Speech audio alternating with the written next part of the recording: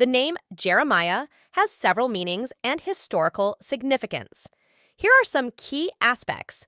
Biblical significance. Jeremiah is a prominent prophet in the Hebrew Bible, specifically in the book of Jeremiah.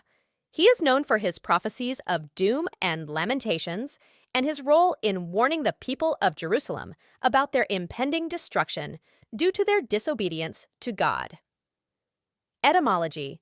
The name Jeremiah is derived from the Hebrew name Yirmeyahu, or Yirmeyah, which can be translated as Yahweh will exalt, or Yahweh has uplifted. Yahweh is a representation of the Hebrew name for God. Usage. Jeremiah is a name commonly used in various cultures and languages, often with religious or historical connotations. It has remained a popular name over the centuries due to its biblical roots. Associated meanings.